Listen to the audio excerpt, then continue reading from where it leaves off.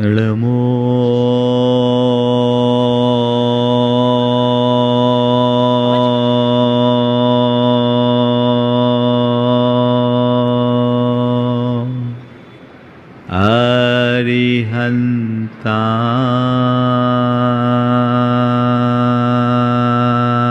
अरिहन्ताणं नमो अरिहन्ताणो नमो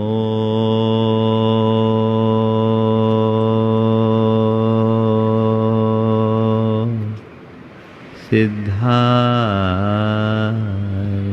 नमो सिद्धाणो नमो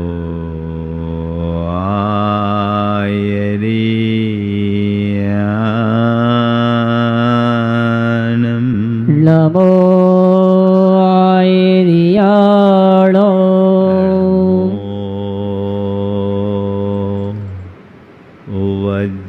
उवज्झायाय नमो उवज्झायाणो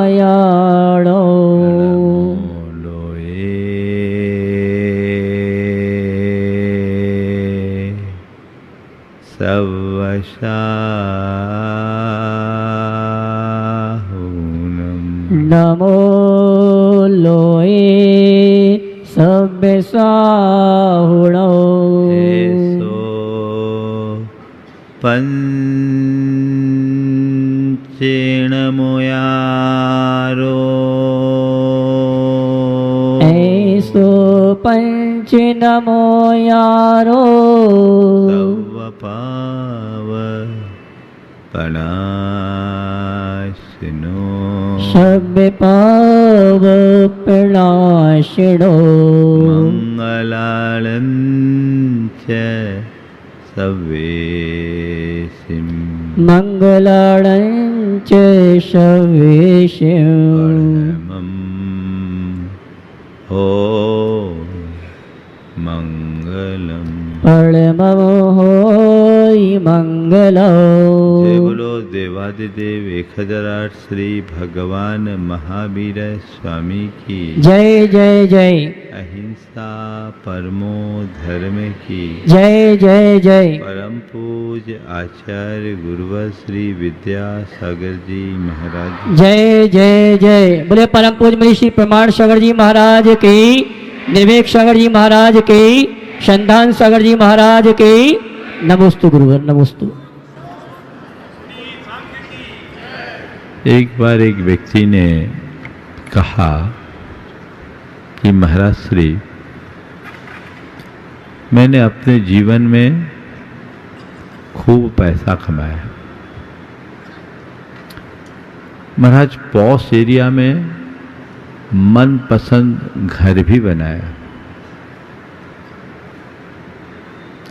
समाज में मेरी बहुत अच्छी पहचान भी बन गई, बच्चों का संबंध अच्छे बड़े घरानों में कर दिया, लेकिन इसके बाद भी मन में संतुष्टि नहीं रहती। ऐसा लगता है कि जैसे कुछ हुआ ही नहीं। मैं समझता हूं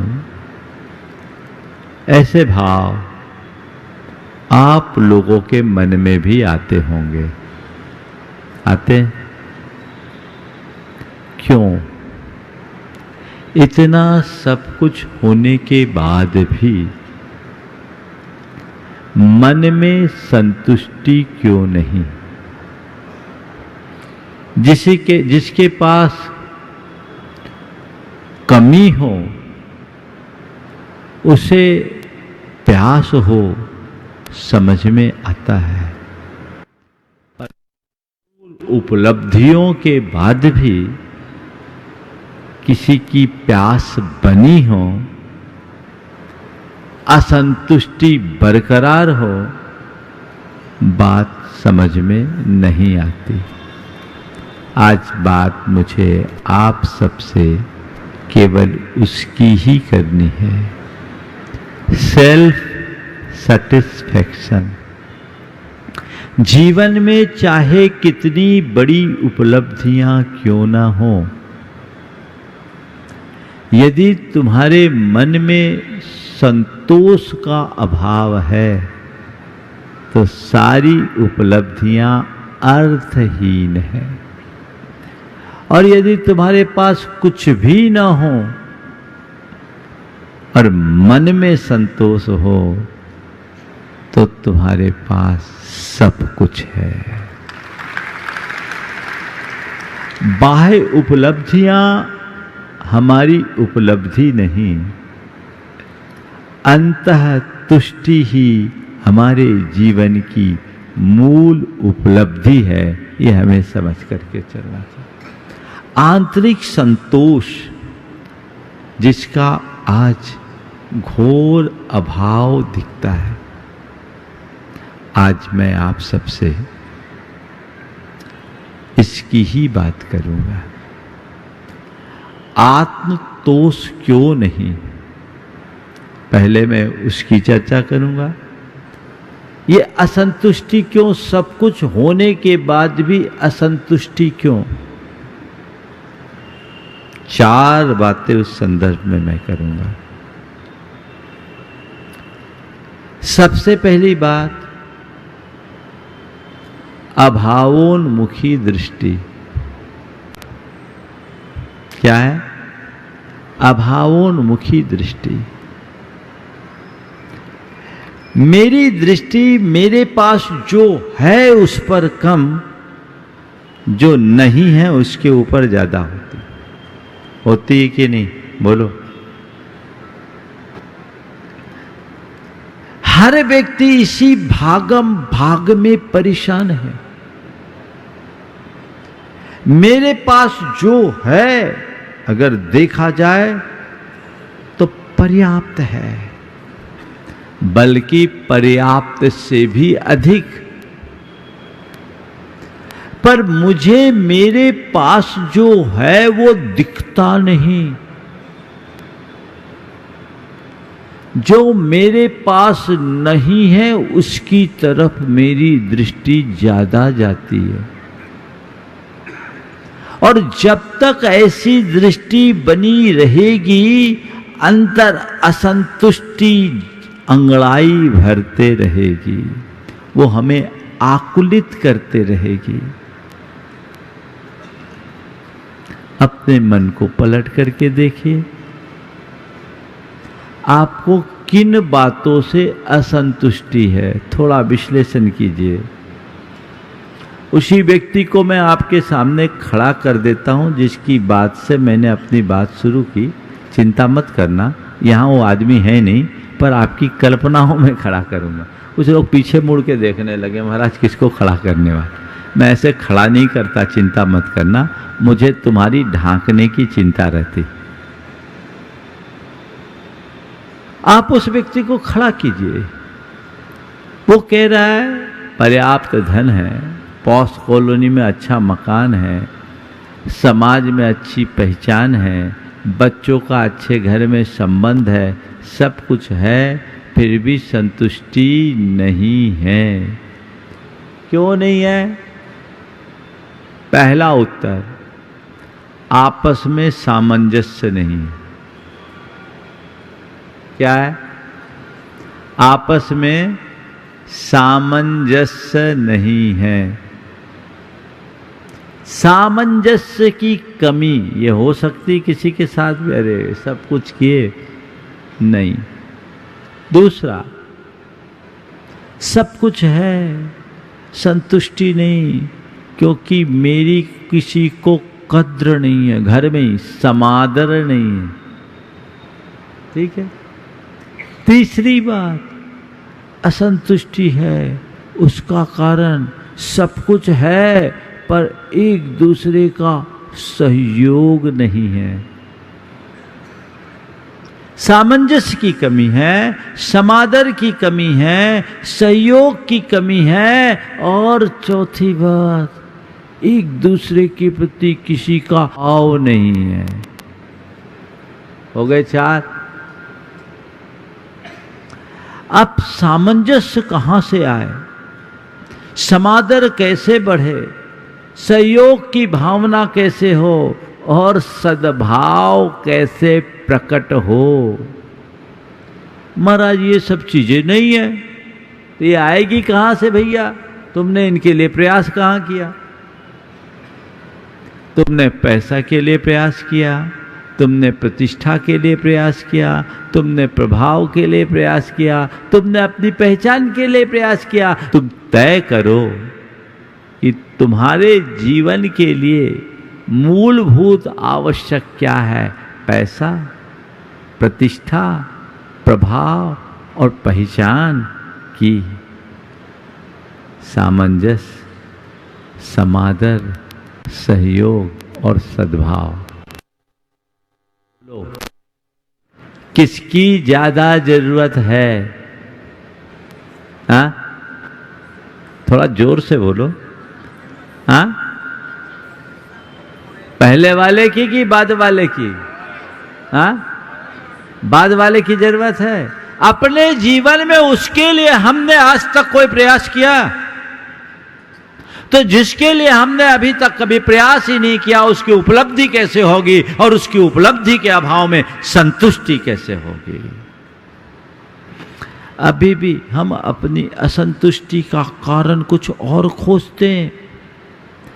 मेरे पास पैसे हैं पर मेरे साथ वालों के पास मुझसे ज्यादा पैसे हैं, इसलिए पैसे की कमी मुझे असंतुष्ट करती है।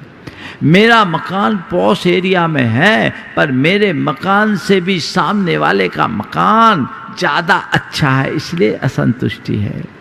मैंने कार खरीदी, जगुआर की 2.5 करोड़ की कार खरीद के लेके आए, लेकिन इसी बीच कार लेके आए उस समय तो मुझे बड़ी संतुष्टि।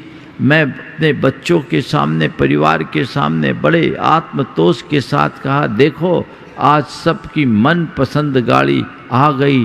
2.5 करोड़ की गाड़ी मैंने लाके खड़ी की और किसी ने 3.5 करोड़ की मर्सिडीज लाके खड़ी कर दी। अरे यार, गड़बड़ हो गया। काश हम भी ये ले लिए होते। वो अल्पकालिक संतुष्टि है जो पल में बदल जाती है। आप लोगों को ऐसा आत्मतोष बहुत होता है ना? कुछ भी काम करते हैं तो लगता हमने बहुत बड़ा तीर मार लिया और बाद में किसी और का तीर निकल जाता है तो आप भी फेल हो जाते हो, सीधे अंदर लग जाता है। मुझसे ज्यादा अच्छा घर दूसरे का, मुझसे ज्यादा अच्छी गाड़ी दूसरे की, मुझसे ज्यादा पैसा दूसरे के पास, और मुझसे ज्यादा प्रतिष्ठा दूसरे की, मुझसे ज्यादा प्रभाव दूसरे का, मुझसे ज्यादा पहचान दूसरे की।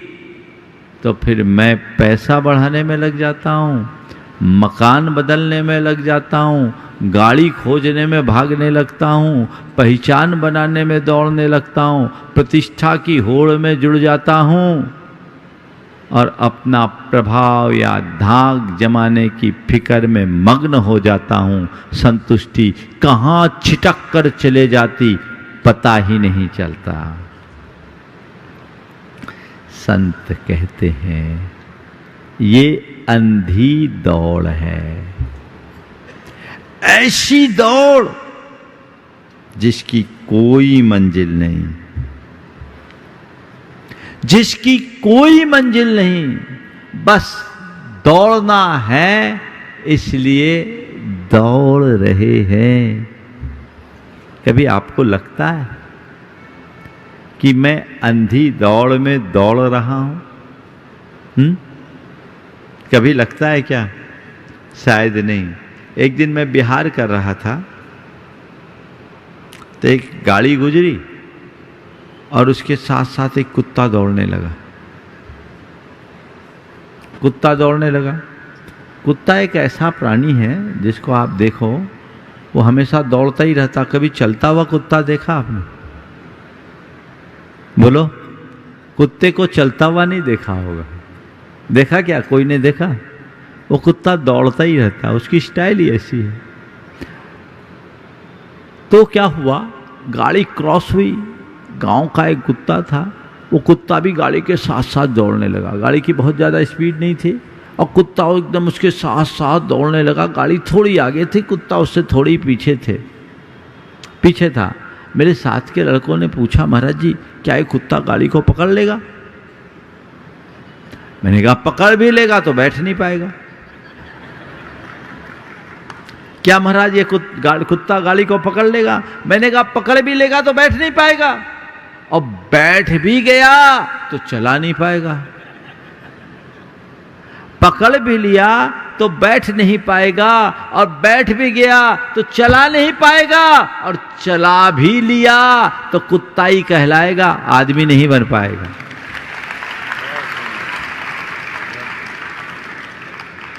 तो ये अंधी दौड़ है जिसका कोई अंत नहीं, जिसके लिए प्रयास अपेक्षित है,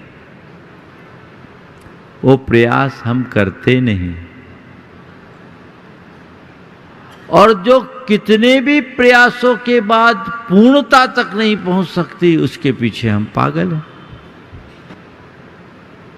उनका कोई अंत है क्या?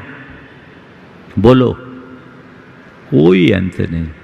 हम लोगों ने बचपन में सीखा है, दाम बिना निर्धन दुखी, तृष्णावश धनमा, कहूँ न सुख संसार में, सब जग देखो छा। ये हम लोगों को बचपन में सिखाया गया, रटाया गया, फिर भी उसी दौड़ में क्यों? एक के पास अति अभाव है और एक के पास अति भाव है। चाहे अति अभाव हो या अति भाव, दोनों दुखी हैं, क्योंकि एक के मन में चाह है और एक के मन में आ है। दोनों के पास राह नहीं है, दाह है। दाह है, झुलसाने वाली है, इसका अंत नहीं। अभावोन्मुखी दृष्टि जब तक बनी रहेगी, मन में असंतुष्टि भरी रहेगी, आप बच नहीं सकते। तो हमें क्या करना है? जिससे संतुष्टि मिलती है वो रास्ता अंगीकार करना है, जिसकी चर्चा मैं कल करूंगा। ये श्रृंखला अब चलेगी। सामंजस्य, समादर, सहयोग और सद्भाव संतुष्टि के मूल आधार हैं।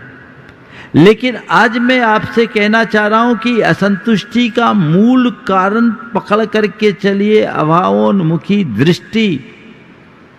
कुछ न कुछ कमी तो जीवन में बनी ही रहती है। संसार में एक भी प्राणी आपको ऐसा नहीं मिलेगा जो ये कहे कि मेरे पास सब कुछ है। मिलेगा क्या? बोलो, एक भी नहीं। किसी के पास कुछ हो सकता है, किसी के पास कुछ हो सकता है,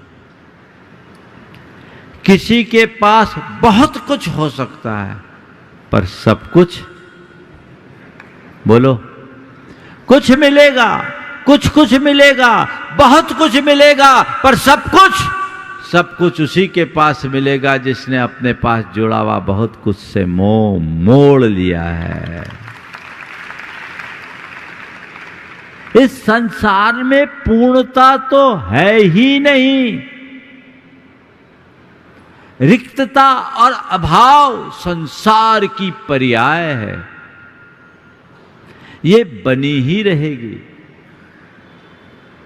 इसमें कभी कमी नहीं होगी। तो उसको हमें पूर्ण करना है, आगे बढ़ना है। तो अभावोन्मुखी दृष्टि से बचे, पर हम उसी का रोना रोते रहते हैं।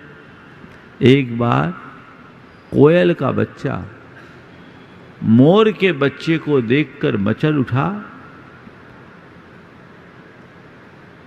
और उसने अपनी मां से कहा, मां, मेरे ये काले काले पंख मुझे अच्छे नहीं लगते, मुझे मोर जैसे सुंदर सुंदर पंख चाहिए, मोर जैसे सुंदर सुंदर पंख चाहिए। कोयल की मां ने बच्चे से कहा, बेटे अपने पंख अच्छे हैं, काम के हैं, ठीक है, इससे काम चला। नहीं मां, मुझे तो मोर जैसे पंख चाहिए। और वो मचल उठा। और बच्चे जब मचलते हैं तो एकदम ही मचल उठते हैं, उन्हें माँ बाप की मजबूरी का कोई आभास नहीं होता। मचल उठा।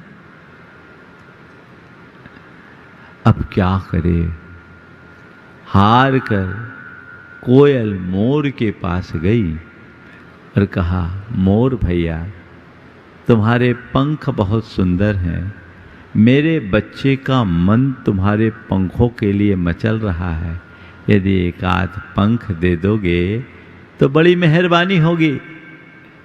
कोयल की प्रार्थना सुनकर मोर मुस्कुराया और हर्षित होकर अपना एक पंख झड़ाया। कोयल की प्रार्थना सुनकर मोर मुस्कुराया, हर्षित होकर अपना पंख झड़ाया। कोयल ने एक पंख उठाकर अपने बच्चे के पंख में लगाया। मोर के सुंदर पंख पाते ही बच्चे का मन हर्षाया और उसने जोर की कूक लगाई। और जैसे ही कोयल के बच्चे ने मधुर कूक की, मोर का बच्चा वहीं चिल्लाया और उसने अपनी मां से कहा, मां, मेरी आवाज बहुत भौंरी है, मुझे कोयल जैसी मधुर आवाज चाहिए। मेरी आवाज बेसुरी है, मुझे कोयल जैसी मधुर आवाज चाहिए। अब क्या करे बोलो। कोयल का बच्चा मोर के पंख के पीछे परेशान है और मोर का बच्चा कोयल की आवाज के पीछे पागल है। यही तो तुम्हारी हाल है, यही है ना। रविन्द्रनाथ टैगोर की ये पंक्तियां इस प्रसंग में बहुत सार्थक है। छोड़कर निश्वास कहता है नदी का यह किनारा, उस पार ही क्यों बह रहा है जगत भर का हर्ष सारा। छोड़कर निश्वास कहता है नदी का यह किनारा, उस पार ही क्यों बह रहा है जगत भर का हर्ष सारा। किंतु लंबी सांस लेकर यह किनारा कह रहा है, किंतु लंबी सांस लेकर यह किनारा कह रहा है, हाय रे हर एक सुख उस पार ही क्यों बह रहा है। समझ में आई कि नहीं आई? फिर से बोलूं। छोड़कर निश्वास कहता है नदी का यह किनारा, उस पार ही क्यों बह रहा है जगत भर का हर्ष सारा। किंतु लंबी सांस लेकर यह किनारा कह रहा है, हाय रे हर एक सुख उस पार ही क्यों बह रहा है। इस पार वाले को उस पार और उस पार वाले को इस पार का ही दिखता है, अपना कुछ नहीं दिखता, इसलिए दोनों मझधार में है ना। जब तक ऐसी अभावोन्मुखी दृष्टि बनी रहेगी तब तक असंतुष्टि बनी रहेगी, क्योंकि अभावोन्मुखी दृष्टि से ही असंतुष्टि की सृष्टि होती है। दूसरा कारण यथार्थ की अनदेखी। जीवन के यथार्थ का बोध लोगों के मन में नहीं दिखता। हर व्यक्ति के मन का एक भ्रमपूर्ण विश्वास है, वो ये है कि मैं जो चाहूं वह सब होगा, जो मैं चाहूं वही हो। ये भाव है कि नहीं तुम्हारे मन? हर व्यक्ति यही सोचता है जो जो मैं चाहूं वो हो जाए। पर संसार में एक भी ऐसा प्राणी नहीं है। यहां तक कि धरती में जन्म लेने वाले भगवान भी, कि उनने जो चाहा है वह हुआ हो। जीवन के इस सत्य को समझते हो? बोलो, जो मैं चाहूं वह हो, ऐसा आप सोचते हो? यथार्थ में ऐसा होता है क्या? नहीं ना। जो होता है कैसा होता है? जैसे संयोग होते हैं वैसा ही होता है। मैं चाहूं वैसा नहीं होता। होता है क्या? बोलो। आपने इंदौर में जन्म लिया, प्रार्थना पत्र भेजा था क्या परमात्मा के पास कि मुझे इंदौर में जन्म देना? बोलो, कोई ऐसा भेजा था क्या? जो माँ बाप मिले तुम्हें, तुम्हारे किसी निवेदन पर मिले क्या? हाँ? महाराज कह रहे इंदौर के जन्म कम है, बाहर के नहीं, बहुत सारे बोर्न और बॉटअप यहीं के हैं। कितने लोग हैं मैं थोड़ा देखना चाहता हूं जिनका जन्म इंदौर में ही हुआ हो। महाराज मोर देन 50% है। महिलाओं का तो खैर ऐसी आयातित होती हो, उनकी बात मत करो, लेकिन है ना। तो क्या हुआ? जहां भी जन्म लिए, तो उदाहरण है। जो माँ बाप मिले वो भी मेरी इच्छा से नहीं मिले। जो शरीर मिला वो भी मेरी इच्छा से नहीं मिला। मिला क्या? जो बुद्धि मिली वो भी मेरी इच्छा से नहीं मिली। जो रूप मिला वो भी इच्छा से नहीं मिला। मिला क्या? बोलो, तुम्हारी पसंद से क्या मिला? दुनिया की इतनी चीजों में क्या चीज है जो तुम्हारी पसंद से मिली? हाँ? वो भी तुम्हारे पसंद से नहीं। एक दिन मैंने ऐसे ही सवाल किया एक प्रवचन में रतलाम में कि तुम्हारी पसंद से क्या मिली? उसने कहा पत्नी। तुम्हारी पसंद से क्या मिली? अच्छा, यहां भी आया हुआ था। अच्छा, तो वो बोला पत्नी। हमने कहा इसलिए फेल हो गए। एक अनुभव बताता है, जो अपनी पसंद से लेके आते हैं उनकी कम पटती है, और माँ बाप की पसंद से जो लेके आए आज तक पट रही है। बोलो सही है कि नहीं? जोरदार तो बजाओ। और चलो, आज के युवाओं को एक संदेश देने के लिए मैं आप लोगों से लेना चाहूंगा। ऐसे कितने लोग हैं इस सभा में जिन्होंने माँ बाप की पसंद से शादी किया है? हाथ उठाए रखो। हाँ, कैमरामैन कहाँ बैठे हो रे? इधर से कवर करो, सबको, पूरा देश को दिखाना। इधर से आ जाओ, पीछे आ जाओ। हाथ उठाए रखो, थोड़ी देर दर्द नहीं होगा, एक्सरसाइज हो जाए। थोड़ी देर ऊपर नीचे कर लो, पीछे से ले आ, पीछे से ले लो इधर आके। और ये प्रयोग करते रहे तो आप लोग भी चैतन्य बने रहेंगे। भाई, हम जैसे अपने प्रवचन में हिलते डुलते रहते हैं, आप लोग भी हिलते डुलते रहोगे, तब तो अंदर से कुछ परिवर्तन होगा, उथल पुथल होगा। तो मैं आप सबसे कह रहा था कि कितने लोग हैं जिन्होंने माँ बाप की सम्मति से विवाह किया? एक बार पुनः हाथ उठाओ। इससे तो लगता है कि इंदौर का रिकॉर्ड बहुत अच्छा होना चाहिए। दूसरी बात, इनमें से फिर से हाथ उठाना, कितने लोग हैं जो अपने दाम्पत्य जीवन से संतुष्ट हैं? मजबूरी में तो नहीं उठा रहे हो, है ना? मुख्य यजमान हाथ नहीं उठा रहे। तो ये एक संदेश है देश भर के युवाओं के लिए। एक बात ध्यान रखना, ये बीच का प्रसंग है। आजकल लोग पसंद करते हैं 1 घंटे की 2 घंटे की मुलाकात में आप क्या पसंद करोगे? और जब मुझे पता है कोई मुझे पसंद करने आया है तो मैं अपना असली रूप थोड़ी दिखाऊंगा, असलियत तो बाद में दिखती है। अक्सर लोग धोखा खाते हैं। और ध्यान रखना, अनुभव की आंखें ही सत्य का दर्शन करा सकती है, बाकी चीजें कुछ नहीं। तुम कितने भी पढ़े लिखे हो, तुम्हारे पास कितनी बड़ी डिग्रियां हो, अनुभव तो काल सापेक्ष होता है, इसलिए उसके लिए हमें उनका ध्यान रखना चाहिए।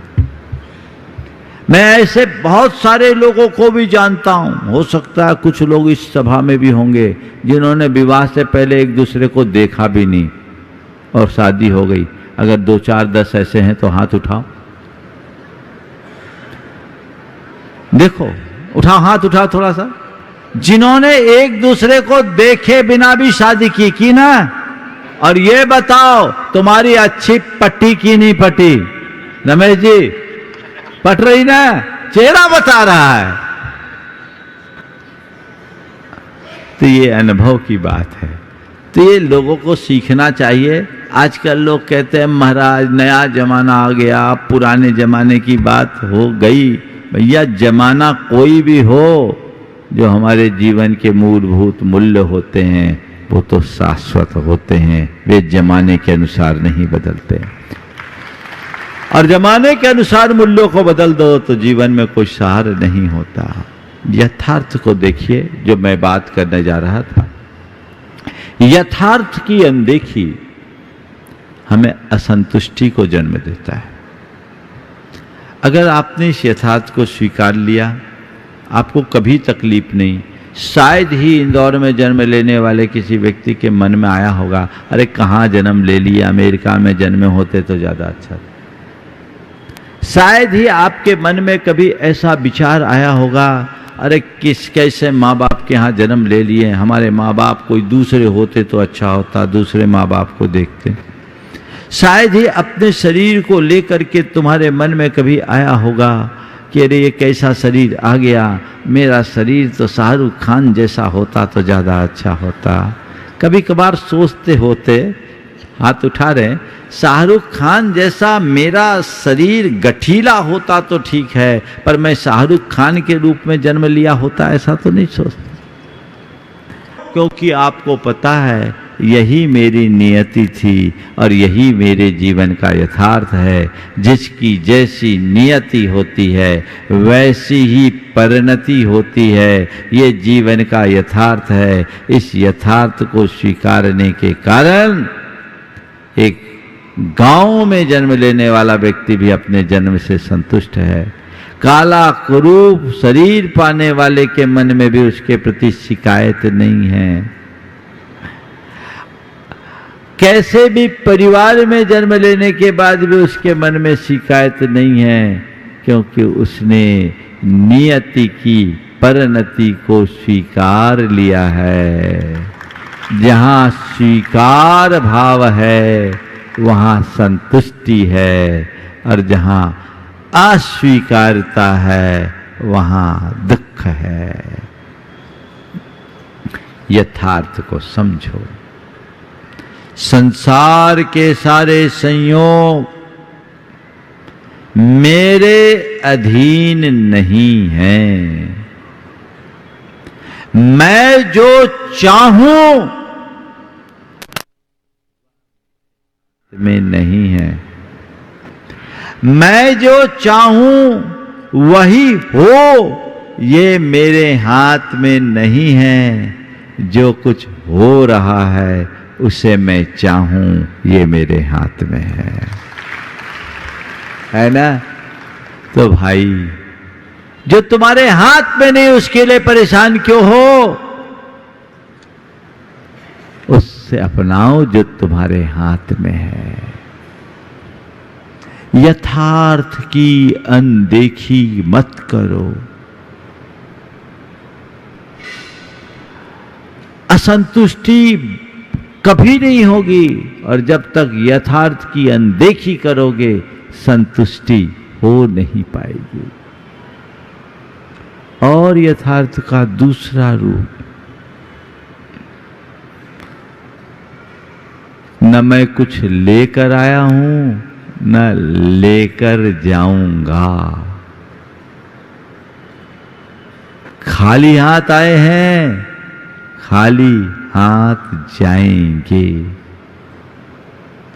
जीवन का यथार्थ है कि नहीं? हाँ, किसके लिए मगजमारी, किसके पीछे माथा पच्ची, क्यों ये आपाधापी, क्यों ये भागम भाग? बोलो क्यों? काश यथार्थ को सामने रखकर चलते होते तो ऐसी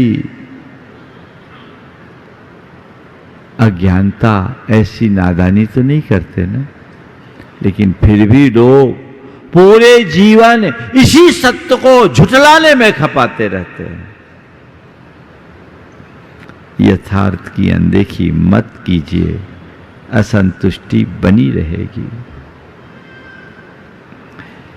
तीसरा यथार्थ है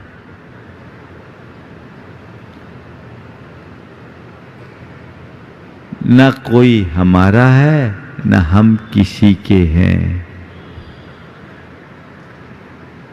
आप अकेला अवतरे, मरे अकेला हो, या कहूं इस जीव को साथी। हम लोग ये बोलते हैं, ये सच है कि मन की कल्पना? बोलो थोड़ा दम से। पर जिंदगी भर इसी सच को तो झुठलाते हैं। हमारे मन में असंतुष्टि होती है जब हम किसी से अपेक्षाएं रखते हैं और उसकी पूर्ति नहीं होती। असंतुष्टि का तीसरा कारण है ना, अपेक्षाओं की उपेक्षा। हमारी अपेक्षाएं पूरी न हो, इच्छाओं की पूर्ति न हो, हमें असंतुष्टि होती। भैया अपेक्षाएं रखते क्यों? अरे हमने उसे इतना अपना माना, उसने हमें धोखा दे दिया। हमने उसके लिए इतना किया, उसने वक्त पर हमारे लिए कुछ नहीं किया। होता है, हमें तो देखा तक नहीं। ओ देखो, हम हमेशा आगे पीछे, हम उनका कितना केयर करते थे।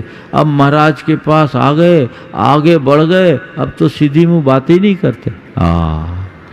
अरे भाई क्यों ऐसी अपेक्षा रखते हो? कौन किसका है? कोई मेरा साथ दे दे, साथ देता नहीं, ये हमारी शिकायत की भाषा है। साथ दे नहीं सकता, ये यथार्थ का स्वर है। साथ देता नहीं, आरोप है। साथ दे नहीं सकता, ये यथार्थ है। यथार्थ को समझोगे, अपेक्षाएं खत्म होगी, और अपेक्षाएं मिटेगी, असंतुष्टि मिटेगी। कभी इस पर चर्चा करूंगा विस्तार से, लेकिन कारणों को समझिए।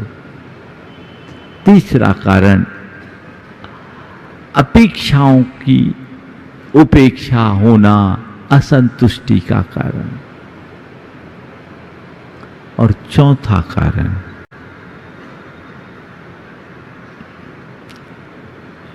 इच्छानुलोमी वृत्ति। इच्छानुलोमी वृत्ति का मतलब कुछ भी कार्य करना, अपनी इच्छाओं की पूर्ति में तत्परता देखना, इच्छा पूर्ति की अभिलाषा से काम करना, काम करने में कर्तृत्व का भाव रखना, फल की आकांक्षा रखना। तुम कोई भी कर्म करो, सहज भाव से काम करोगे, संतुष्टि होगी। कर्ता बुद्धि से काम करोगे, असंतोष होगा। फल की वांछा रखोगे, कभी संतुष्टि नहीं मिलेगी। मैंने कोई काम किया, टारगेट बनाया, मुझे इसका ये परिणाम मिले, ठीक है, काम किया, वांछित परिणाम मिला, अल्पकालिक संतुष्टि हुई, कोई भी काम किया। आज आप आए, सोच के आए थे सभा में जाएंगे, आगे बैठने का मौका मिल जाए,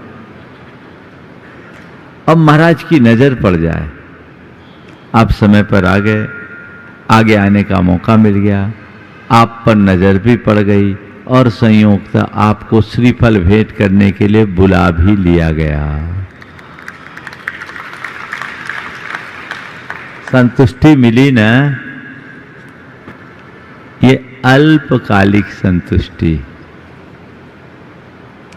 लेकिन आप यहां ये सब सोचकर आए और मौका नहीं मिला, आपके बाजू वालों को बुला लिया गया। बताओ, पूरे प्रवचन में मन लगेगा?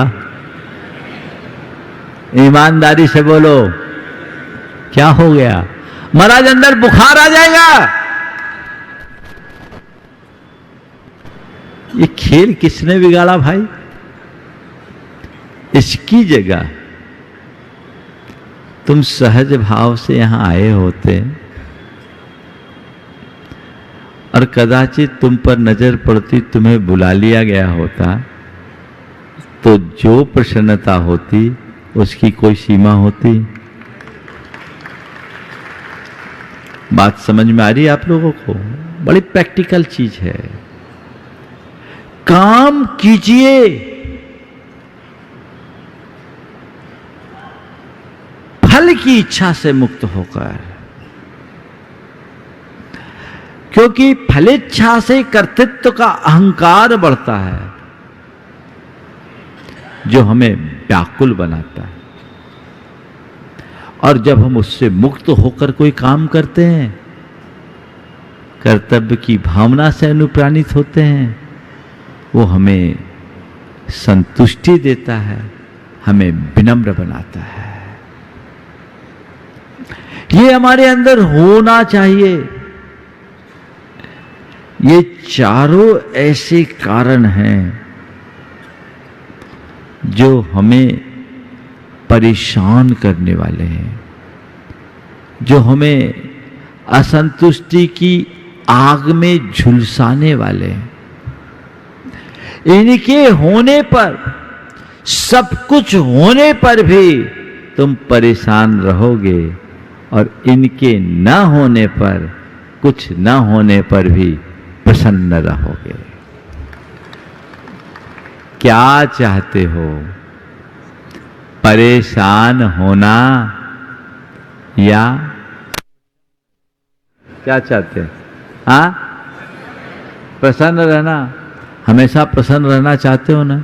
हाँ, प्रसन्न रहना चाहते हो, ईमानदारी से तो कुछ मत करो, सवेरे से 1 घंटा यहां दे दो, खुराक दिन भर की मिल जाएगी।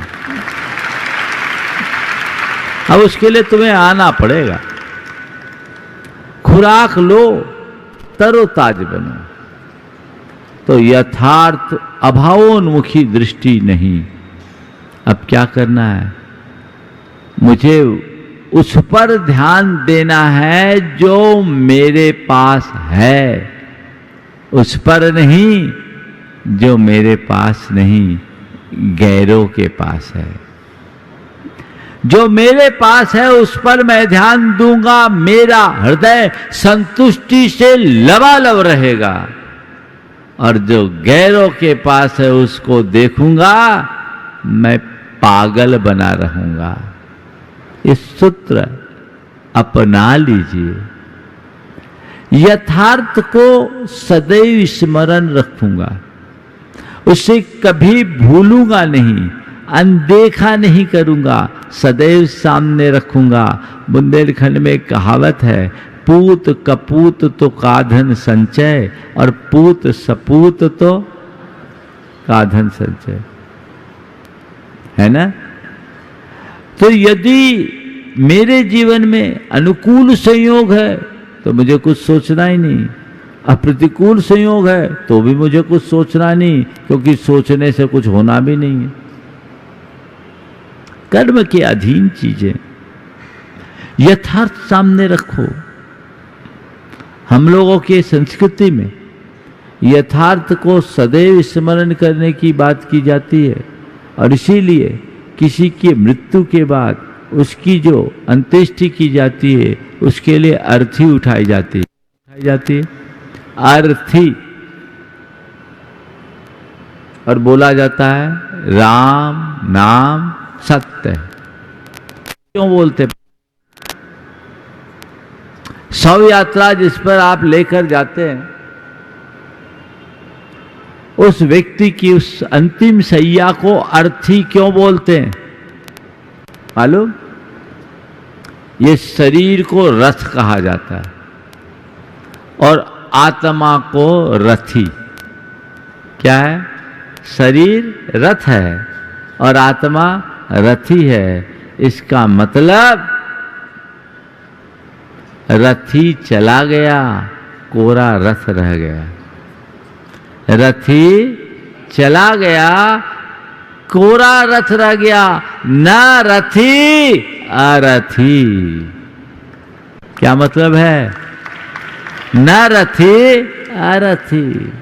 रथी गया और इस रथ का रथी कभी भी निकल सकता है। ये यथार्थ है कि नहीं? इसे याद रखो। रथ रहेगा, रथी का कोई अता पता नहीं रहेगा। कब रथी निकल जाए, इसलिए व्यर्थ की बातों से दूर रखो और यथार्थ को सामने रखकर परमार्थ से नाता जोड़ो। सदैव संतुष्टि से भरे रहोगे। अपेक्षाएं कम करें, मतलब से मतलब रखें।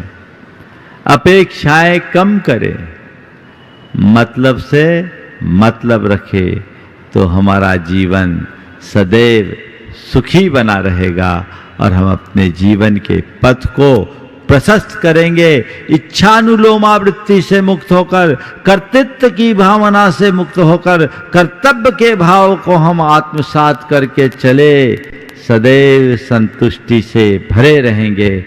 यदि आप इन सूत्रों को आत्मसात करते हैं तो आपके जीवन में सब कुछ अच्छा हो जाएगा। बंधुओं, हम लोग यहाँ आए हैं, हमारे पास जो विचारों की संपदा है वो आप सबको लुटा रहे हैं। जैनम की कक्षाएं सोमवार से महाराज श्री के सानिध्य में प्रातः 6 बजे से 7 बजे तक होगी। उसके लिए जिन्हें फॉर्म भरना है उसका पूरा प्रारूप अभी आपको बता दिया जाएगा। जो ऑनलाइन सुन रहे हैं वे भी इसका लाभ ले सकते हैं। ये कार्यक्रम स्थानीय लोगों के लिए है, वो लाभ ले सकते हैं।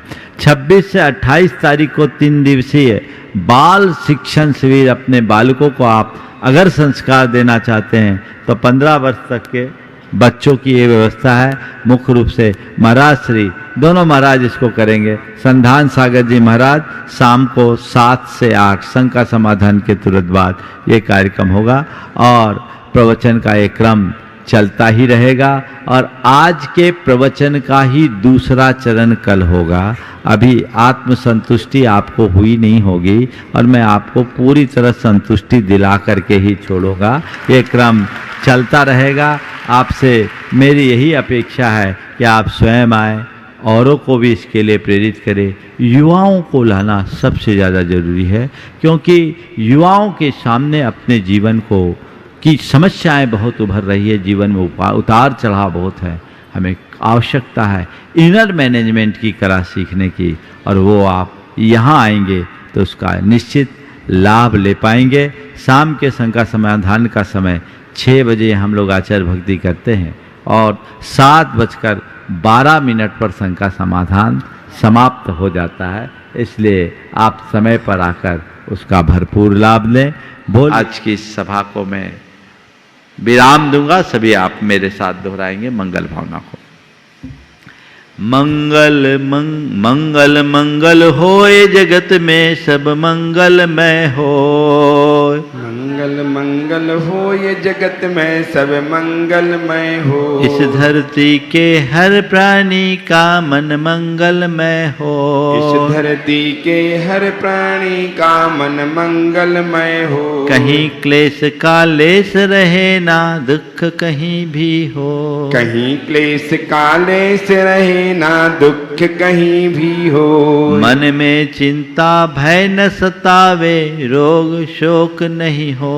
मन में चिंता भय न सतावे रोग शोक नहीं हो। नहीं बैर अभिमान हो मन में क्षोभ कभी नहीं हो। नहीं बैर अभिमान हो मन में क्षोभ कभी नहीं हो।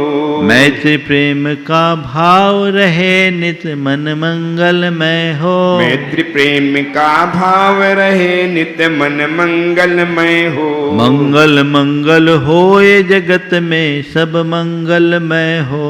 मंगल मंगल हो ये जगत में सब मंगलमय हो। इस धरती के हर प्राणी का मन मंगलमय हो। इस धरती के हर प्राणी का मन मंगलमय हो। मन का सब संताप मिटे अरु अंतर उज्ज्वल हो। मन का सब संताप मिटे अरु अंतर उज्ज्वल हो। राग देश और मोह मिट जाए आत्म निर्मल हो। राग देश और मोह मिट जाए आत्म निर्मल हो। प्रभु का मंगल गान करे सब पापों का क्षय हो। प्रभु का मंगल गान करे सब पापों का क्षय हो। इस जग के हर प्राणी का हर दिन मंगलमय हो। इस जग के हर प्राणी का हर दिन मंगलमय हो। मंगल मंगल होए जगत में सब मंगलमय हो। मंगल मंगल हो ये जगत में सब मंगलमय हो। इस धरती के हर प्राणी का मन मंगलमय हो। इस धरती के हर प्राणी का मन मंगलमय हो। गुरु हो मंगल प्रभु हो मंगल धर्म सुमंगल हो। गुरु हो मंगल प्रभु हो मंगल धर्म सुमंगल हो। मात पिता का जीवन मंगल परिजन मंगल हो। मात पिता का जीवन मंगल परिजन मंगल हो।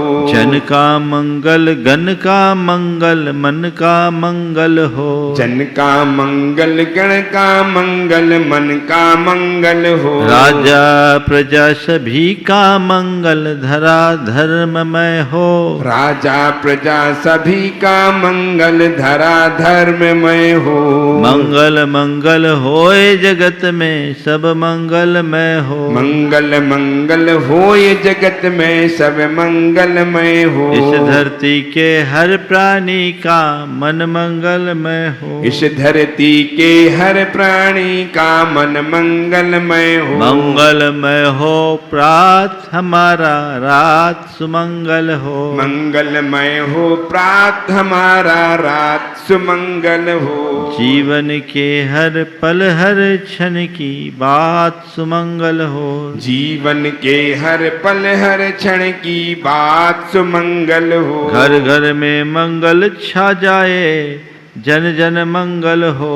घर घर में मंगल छा जाए जन जन मंगल हो। इस धरती का कण कण पावन ओ मंगलमय हो। इस धरती का कण कण पावन और मंगलमय हो। मंगल मंगल होए जगत में सब मंगलमय हो। मंगल मंगल हो ये जगत में सब मंगलमय हो। इस धरती के हर प्राणी का मन मंगलमय हो। इस धरती के हर प्राणी का मन मंगलमय हो। सब जग में मंगल बढ़े। सब जग में मंगल बढ़े। चले अमंगल भाव। चले अमंगल भाव। है प्रमाण की भावना। है प्रमाण की भावना। सब में हो सद्भाव। सब में हो सद्भाव। जय बोलो परम पूज्य आचार्य गुरुवर श्री विद्यासागर जी महाराज।